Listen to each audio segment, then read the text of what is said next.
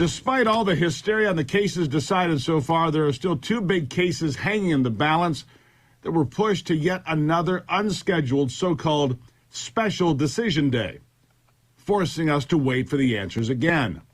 Well, the court is now out of time, with the final two decisions coming in just a little bit later today. So, that announcement came yesterday, so it will happen today. And it seems to me that with every passing day and every time they haven't released the opinions, it indicates that the last two cases to be released could be the biggest bombshells of the entire Supreme Court term. Think what that means.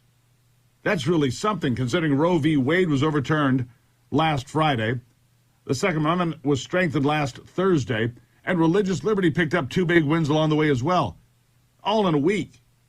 One of those cases still to be resolved is the Remain in Mexico policy, implemented by former President Donald Trump and then targeted by the Biden administration to be canceled.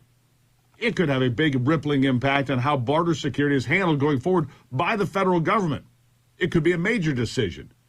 Hadn't given it that much thought, but it could be a major decision. Under President Trump, it forced asylum seekers to remain in Mexico while they waited for their hearings in the United States. Biden and his open border clowns want to allow them to stay here, which often results in illegal aliens disappearing into the interior of the country, never to be seen again. And right now I have to wonder if this court is willing to go further and declare the condition of the border a violation of federal law, or worse, find something about it completely unconstitutional. We will soon find out. And maybe the biggest case of all that we're still yet to hear is one I've been talking about here for several days, West Virginia versus EPA. This case has the possibility of returning the entire nation to the constitutional foundation that we had before the New Deal rolled out by Franklin Roosevelt in the 1930s. First and foremost, by pushing back overbearing regulations on how states generate power. That's question one. All that regulation coming from unelected bureaucrats in the alphabet agencies, which not only include the EPA, but a host of other agencies like the Consumer Product Safety Commission that can wreak havoc on small business, or the FCC that can tell me what I'm allowed to talk about or not, or the Federal Election Commission that could nationalize ballot harvesting or tell states how they must run elections in other ways, or the Federal Energy Regulatory Commission, better known as FERC, that could ban all pipelines and other forms of transporting oil, natural gas, and other fossil fuels in pursuit of whatever they're in the pursuit of. And that's just the short list, my friends, of the nearly unlimited power of Washington's regulatory agencies that do not appear anywhere. They don't appear anywhere in the Constitution. You see, the case began when the state of West Virginia said enough and challenged the Environmental Protection Agency and how it regulates so-called greenhouse gases and other emissions coming from both coal-fired and natural gas-fired power plants in that state. That in and of itself is important in pushing back against government overreach and the incredible unfettered power that has been collected by these unelected officials in all of these government alphabet agencies since the 1930s. It's been going on, like I said, since FDR unleashed the New Deal and the regulatory state. More and more they've done that through the years, Republicans and Democrats alike.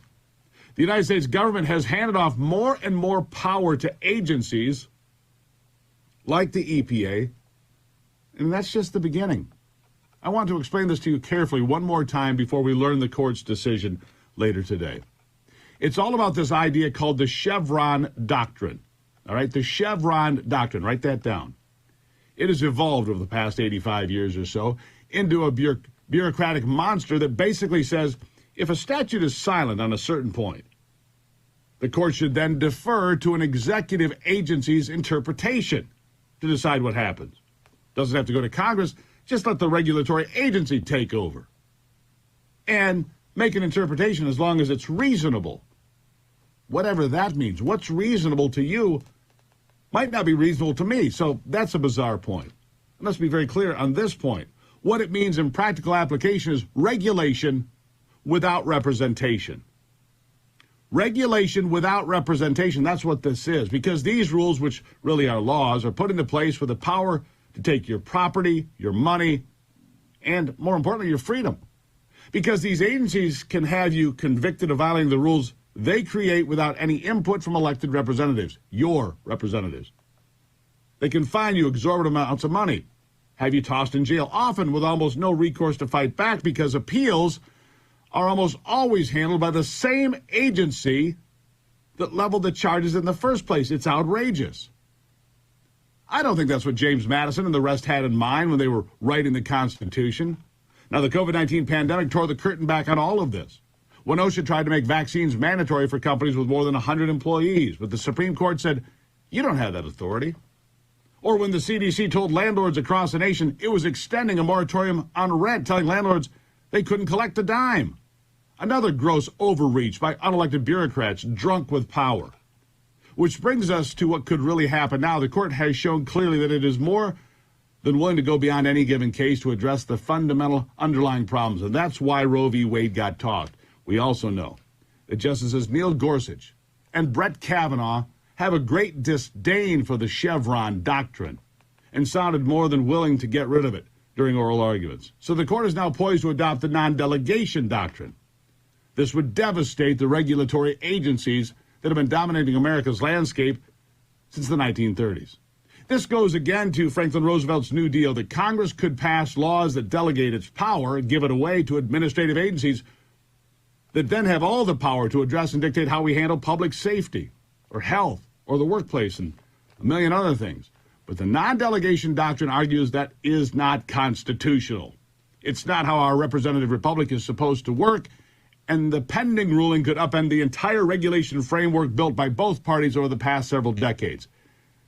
This has punished Americans financially, while the politicians and others line their own pockets. In fact, if the court adopts the non-delegation doctrine, which I believe it will today, it will fundamentally alter the structure of the United States government as you have known it your entire life and return that power to where it belongs, to Congress. It will impact agriculture and the use of pesticides, workplace safety, environmental protections, working conditions, overtime pay, discrimination rules, and yes, vaccinations. In fact, it will impact just about every facet of every citizen's lives and return us to the principles as laid out by the founders of this great nation. If you thought the Democrats have been screaming so far, my friends, you ain't seen nothing yet.